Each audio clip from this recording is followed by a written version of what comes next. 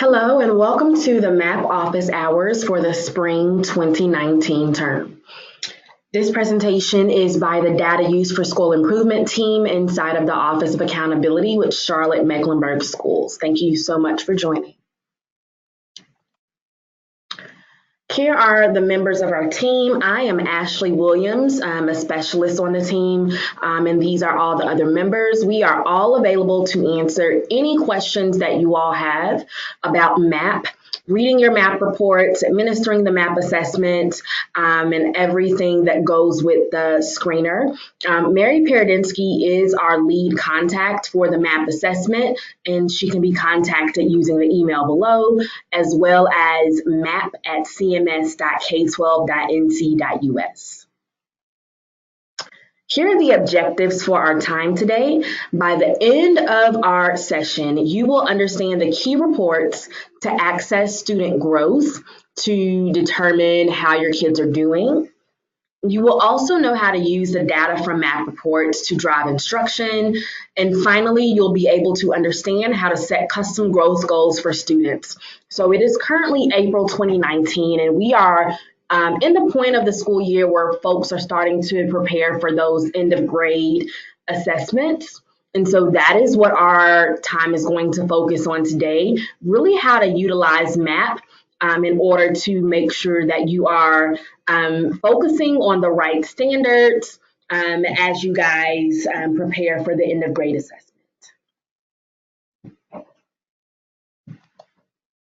And here's our brief agenda.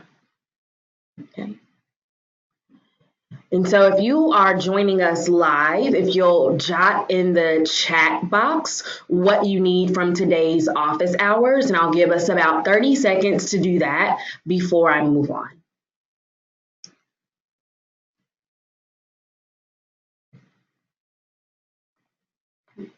All right, so for all of the folks who are very new to MAP, I'm just going to start from the beginning on how to log in. And so you'll want to log in using the link listed on the screen. Your username should be similar to your CMS email. And the password is what you created when you received the temporary password from NWEA. If you have completely forgotten that, if you'll just click forgot password and you can reset it, and they will send that reset link to your CMS email. Once we get logged in, we want to focus on the left panel, click on view reports, and then click on map growth reports. From there, you should get to a page that shows you all the different lists of reports. And so we're just going to stay there for a while because we're going to actually start digging into some of those reports. One of the key resources that you will be interested in is our MAP linking study. This is the linking study for the state of North Carolina, and it basically tells us the correlation between EOG levels and RIT bands from the MAP assessment. And so this is considered one of our most important resources when we are discussing the MAP assessment. It helps to put everything into focus, and it really helps us as educators to know about where our students will land. And one of the things I love about this tool is that I can really see how my kids are growing. And I can use this in conjunction with some of the MAP reports to see exactly where the deficits are within the student learning. And so if I know if a kid is currently at a level 2, I can look at a report called the Learning Continuum to see about the things they need to focus on in order to move them to that next level. This resource is available electronically by accessing our website. You can find that website at bit.ly /DUCCMS, that is DUSICMS in all caps. Once you get to that website, if you will click on MAP at the top, and then you should be able to click on the linking study document. Okay. And so I just want to focus on this document for a bit. One of the things that we are telling folks, even though proficiency in the district starts at level 3, we are encouraging folks to really focus on that level 4 category. If you actually look at the level 3 RIT bands, you will see that there's not that many numbers within that RIT band range for level 3. So for instance, for third grade reading, in order to get a level 3, you have to fall between 198 and 201. Whereas to get a level 2, it's 188 to 197, and level 4 is 202 to 214. And so you can see that a student actually has a better chance of getting a 2 or a 4 than a 3, just because it's really the difference between 1 or 2 questions. And it's similar. This is similar to what we're actually finding on the EOG as well. That level 3 category is so narrow. And so we don't want people to get what I call false positives, thinking that their students are proficient when they're not. And so we encourage you all to start your proficiency benchmark at that level 4 category in order to get a true reading of which kids could actually be proficient on the end of grade assessment. All right, so we're going to be focusing on growth in the springtime. And so the first report that we want to pull up is called the Achievement Status and Growth Summary with the quadrant chart. And so if you will go back to that map homepage that we pulled up, and you will just want to actually click on the report that says Summary with Quadrant Chart underneath Achievement, Status, and Growth. So I'm just going to click here. All right, now here's the tricky part with pulling this report. You will want to focus carefully on what you select for term rostered and term tested. And so we actually want to be able to see how our current kids have grown from fall to spring. At this point, we should all have 3 data points for the MAP assessment. And so term rostered, this means who are the kids who are in my classroom and when were they in my classroom? We want to select spring 2018, 2019. This is because if we have any kids who have been added to our rosters since the fall or since the winter, all of those kids should pull over from Power School into our spring 2018, 2019 roster. Also, if you've had new kids added who might have taken the winter or fall assessment at a different school, their scores should populate in your report as well, so you can see how they've been growing over time. Term tested, this answers the question, when did those students actually take the test? We want to select spring 2018, 2019. You will select a school. From there, you will select your name and then select your class. For FERPA reasons, I'm not going to select any schools, but you guys get the picture here. Now, the growth comparison period, we want to select fall 2018 to spring 2019. This will tell us how our current kids have been growing over time. Once you do that, click Create Report, and you should get something that looks a little something like this, okay? And so we have 4 quadrants. We have purple squares and green plus signs. Those purple squares represent reading scores and the green plus signs represent math. If you deselect any of those, you can focus solely on one subject. And I also like to click the check box that says Show Student Name so I can clearly see who is in which quadrant. Okay, so just to explain these quadrants for you, the upper green quadrant, these are your kids who have high achievement levels and they also have been growing at a high rate. And so this is the quadrant where we want to see most kids.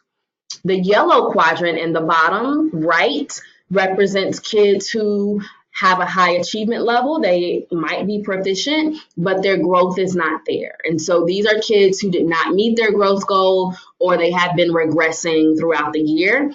Even though they may be at that level 4, level 5, they are not growing. The red quadrant in the left-hand corner represents students who have low achievement and low growth. So these are your students who are not proficient, and they're actually moving away from proficiency as they are not growing. And finally, in the upper left-hand corner, we have an orange quadrant that represents students who have low achievement, but they are growing at a high rate. And so these are your kids who are not proficient yet. Okay, and so what I always tell folks is that typically we want our kids to be in those upper quadrants because it represents them growing over time, which is what we want to see. We eventually want everyone to move toward that green quadrant. And so if they are in yellow, we want them to move up to green.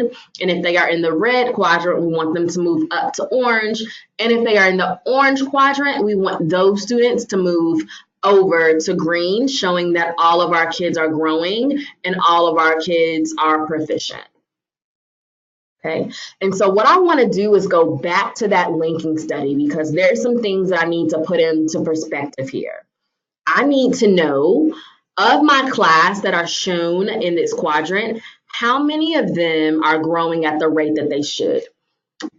And so I'm going to actually pull up that linking study now so that I can give this data some context. Right now, it's just a bunch of dots on a screen, and I actually want to be able to make some meaning of this data so that I can make some instructional decisions for these last weeks leading up to the assessment.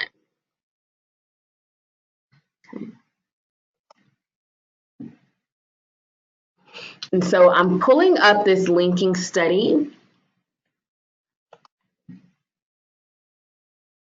And here's what it looks like. I am focusing on the side that says reading, and I'm also going to be paying attention to third grade. So for third grade reading, a level 4 starts between the RIT bands of 202 to 214, and the percentile is 58 to 85. Something about these percentiles. When you have a student who falls at the lowest number in that percentile band, it tells me that that student actually has a 50-50 chance of actually getting that level 4. The higher the student is in that percentile band, the more chance they have of actually getting that level 4. So if I had a student in the 85th percentile, then I could probably say with a lot of certainty that he or she would get that level 4. And it's the same thing when I look at all the rest of the levels. So if I have a kid who scores in the 24th percentile, he or she has a 50-50 chance of getting a level 2. Whereas if they score in the 47th percentile, then I can say with a high probability that they will likely get that level 2. Okay. And so when I go back to that achievement status and growth report, I can see that currently, when I look at the bottom, my achievement percentile is set at 50. But I know that in order for my kids to actually get to that level 4, that achievement percentile for level 4 for grade 3 reading actually starts at 58. And so what I want to do is actually go in and manually change that 50 to a 58. And what will happen is you will see the lines, the axis shift. And now I will get a greater, I will get a more accurate depiction of which of my students will be proficient and which of them will not. Okay. And so you can actually scroll down once you're on this report to see the raw numbers for every single student in your classroom to see who scored what levels, and you can also see if that student met his or her growth goal for the set term. And so if this were my classroom, I would make a mental note, and I would also probably jot down that I want to focus on my kids in my lower quadrants. So students in my lower quadrants, I would write their names down, and I would probably be pulling 2 separate groups, and both of these groups would be teacher facing.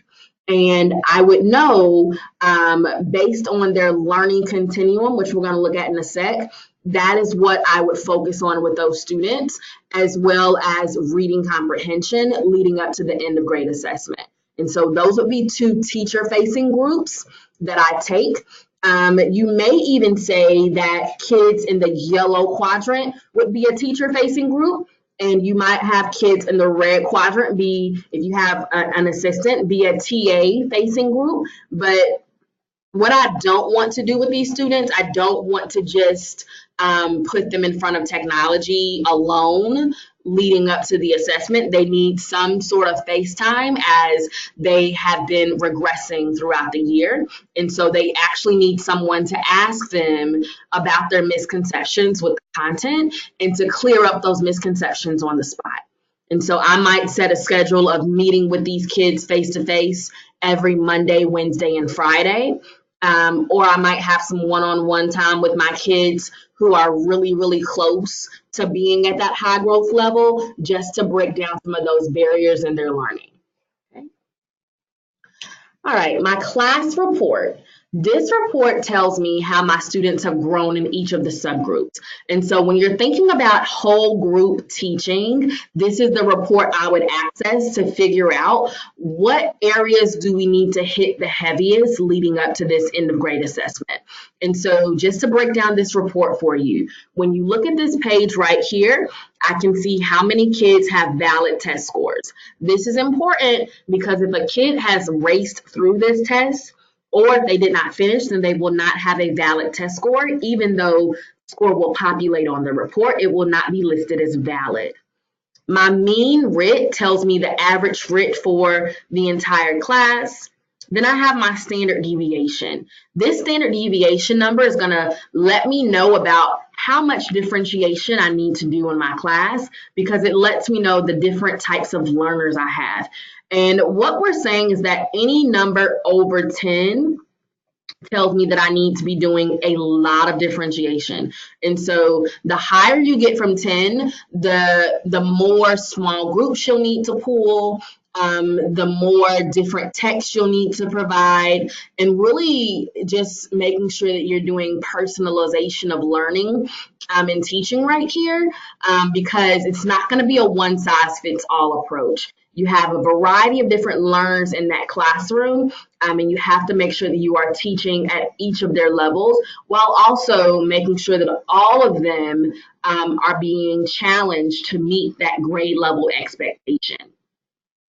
Okay, and so I'm going to actually look down at the colored bars, and I can see that my overall performance is the first row. And so for my overall performance, it looks like my mean RIT is a 201, while my standard deviation is 11.2. What this mean RIT of 201 tells me is that as I look into my goal areas, any number that is above that mean RIT for the overall class is going to be considered an area of strength.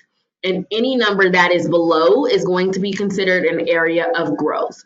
And so this lets me know that vocabulary acquisition, which is at a 198, needs to be something that we really focus on, as all of the rest of my levels, mean RITs are sort of aligned or above the overall mean RIT. So I would have that as a mental note, and I would also jot it down that we need to be doing some sort of focus on standard 4, which deals with vocabulary, and also our language skills as well. And so knowing how different words show up in text, how they have different meanings within the context, and also knowing how words that are spelled the same can have a different meaning based on how they are used. So your homophones.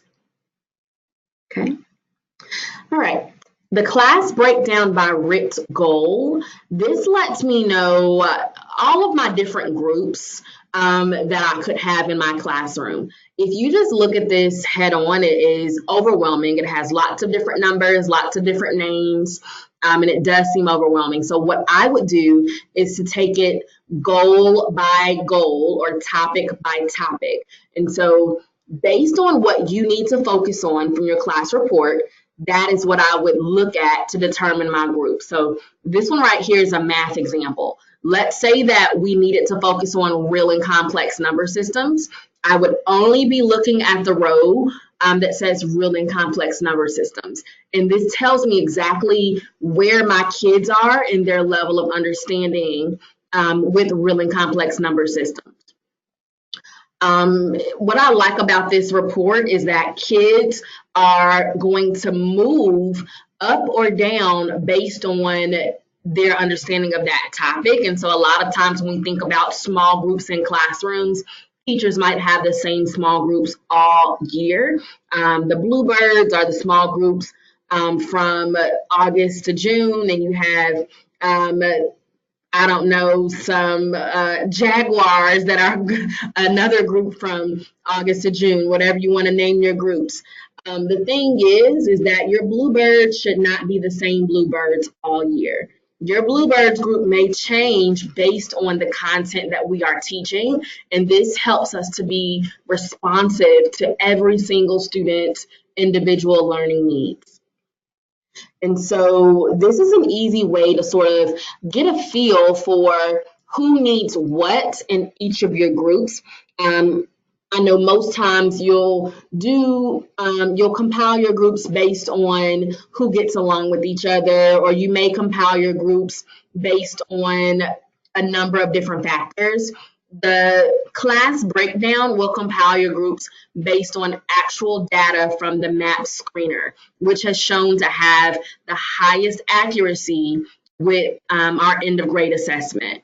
And so by focusing on this, I can really see who knows what in each group and who needs what. So whatever I'm teaching group 2 is going to be different from what I'm teaching group 3 because they have different needs. Now, by clicking on a student's name or by clicking on the goal, I can actually look into their learning continuum. And this is the meat of what I want to be focusing on these weeks leading up to the end of grade assessment, because this is going to tell me exactly what these kids know and what they need in order to move from one level to the next. Okay. So the learning continuum basically puts all of our standards and skills on a framework. And so you're going to see from 120 to 250 RIT scores, and it's going to have kids' names listed next to each of those RIT scores according to different learning topics and standards. And this lets us know who can do what within that topic and what is next for them in order to move to the next understanding. Once you click on this report, there is something that you'll want to do to make sure that you're actually viewing it correctly. Okay, you'll want to click on Edit Display Options. And from there, you want to select Group by Standard. The system will have it grouped by topic as a default, and you want to make sure that you are grouping it by standard. Then you will select your grade level and then click Close. This will filter it based on your specific grade level standards. Okay. And so what I can see right here is that we have different students, and it looks like I have 3 of them who are within the 201 to 210 RIT band, and these are all the things that they are ready to do right now. So if I were to teach Dion, Andrew, and Patrick about reading and interpreting data from a histogram, they should be able to grasp this concept with no issue. As you scroll down, you will see that the topics expand and that kids who are in the higher RIT bands are able to do more. Essentially, you want to be able to teach your students what they need for their RIT band and then move them to the next set of standards within the next RIT band. Okay. Again, you want to be referencing your linking study, right? Because I need to know, what does a 201 to 210 mean on the end of grade assessment? Where do I need to try to get my students to in order for them to show the maximum amount of growth? We want to make sure our students are actually learning what we teach them. And this learning continuum tells us exactly what we need to teach them and focus on for them to grow to that next level. And finally, we have our student profile report. This is one of my favorite reports to show to students and parents because it makes the data accessible. It summarizes student growth, their areas of strength, excuse me, as well as how they compare to peers on a national level. It tells me where they stand within that quadrant. Are they high growth, low achievement, high growth, high achievement, etc. And it also projects what they will score on the end of grade assessment. In the center, I can see their instructional areas, and the system actually tells me what their suggested area of focus is. If I actually click on that suggested area of focus, it will give me sort of like a learning continuum for that individual student so they can know exactly what to focus on in order to grow their learning. Now, clicking on growth goals will help me to actually customize a goal for a student. This is what I like to do to help challenge students, and I like to do it side by side with students, actually helping them to see where they are currently and where they could be based on their instructional areas. And so I would actually pull up this screen and have their instructional areas printed out and let them know that if we focus on one or two things, then we could actually grow by X amount. Have the student to actually understand what is expected and what they need to do in order to show that growth before you customize that goal. Once you customize it, it will be set in the system, and it's something that you and the student agree upon. Now, this typically works better when we're talking about setting growth goals from fall to spring, or from fall to winter and then winter to spring. But what you could use this for at this time of year is really to say, where do you want to land on the end of grade assessment? And what exactly will we need to focus on in order to make that a reality? At the bottom of the report, you can see the students' growth over time in a nice line graph. This is something that visually I like to show to students because it helps them to see exactly what their trajectory has been and what it could be with a little more effort and focus on both of our parts. All right. This is a graphic to show exactly how to set those goals with students. And so you have your students who need to catch up, keep up, or move up. And these are just sort of like the recommendations in order to actually move them up. And so I'll leave this here so you guys can read that.